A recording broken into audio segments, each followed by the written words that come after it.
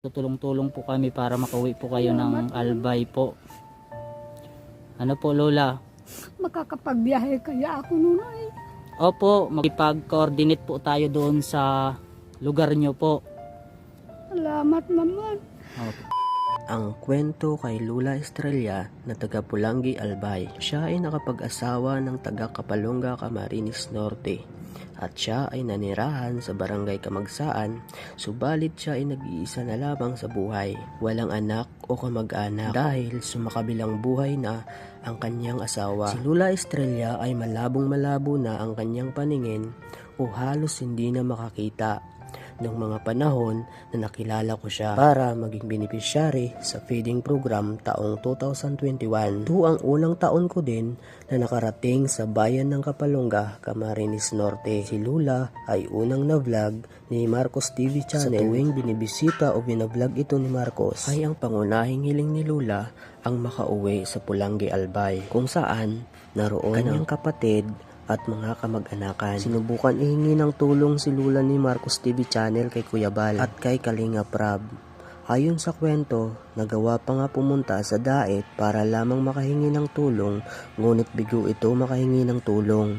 Dahil daw sa dami ng tinutulungan ng mga panahon na yon, hindi pa member si Marcos TV Channel sa Kalingap. At nang opisyal nagkaroon ng Lingap Center sa bayan ng Kapalonga at naging member category B na si Marcos TV Channel, ay nilapit uli ito sa unang meeting namin ni Marcos TV Channel kay Kuya Bal para matulungan si Lula makauwi. At ang sagot ni Kuya Bal, sige, ilista natin ang mga tutulungan. At nilista nga namin ito kasama ang mga senior citizen para maging kabilang sa beneficiary ng feeding program pananghalian. Ako po noon ay isang sponsor ng feeding program kasama ang aking nanay, tita, na nagbibigay ng 10K to 15K bilang ambag. Tuwing pangalawang linggo ng buwan ay may meeting kami ng mga member ng Kalingap sa bayan ng Kapalonga para pag-usapan ang mga aktibidad sa mga vlog namin, kasabay ng pagsabi namin sa mga maaaring tulungan. Kasama na si Lula Estrella sa lagi namin sinasabi na tulungan kahit sa sasakyan man lang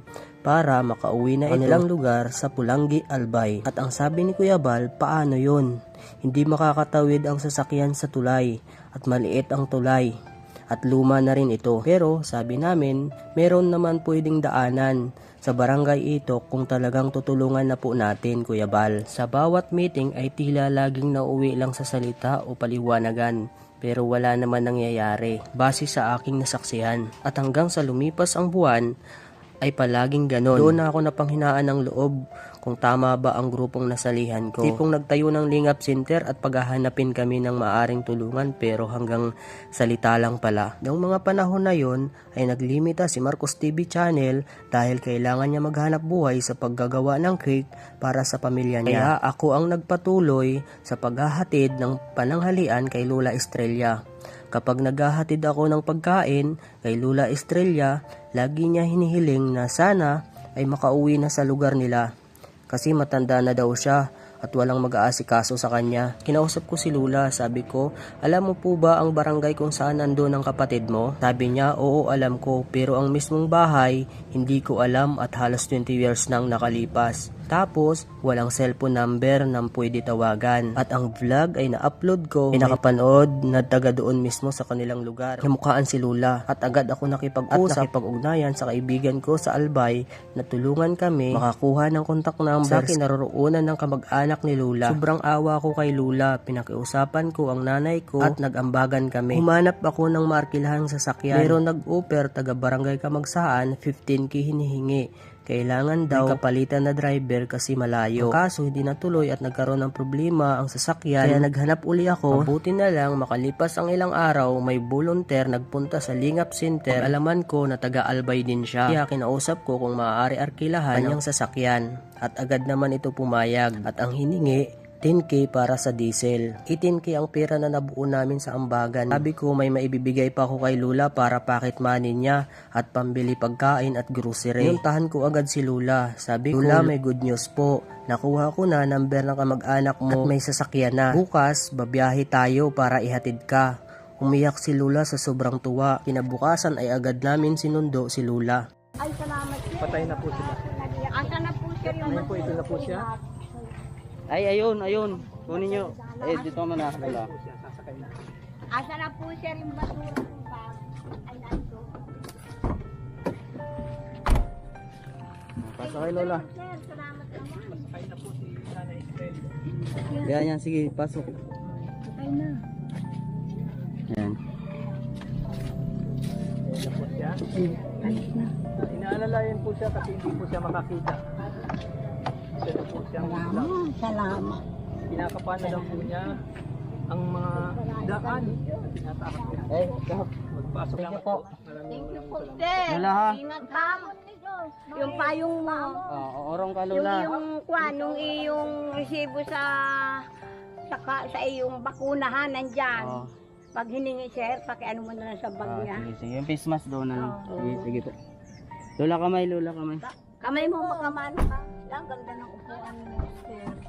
Po. Wala na po. Alis na si Esther. Okay na po yun. Sige po. Lola. Thank you po, Pap. Ayan, dito na tayo. Habang nasa biyahe, panay suka si Lula at hindi sanay sa sasakyan. Makalipas ang ilang oras na aming biyahe, ay namili muna ako ng grocery para pasalubong ni Lola Estrella sa kanyang kapatid. Ay dumating na nga kami at nagkita na silang magkapatid. Ito yung bahay nila. Oh. Maraming salamat at ang pagtulong mo nagpakahirap ka madalaga ako dito sa kapatid. Opo. Umiiyak si nanay, oh.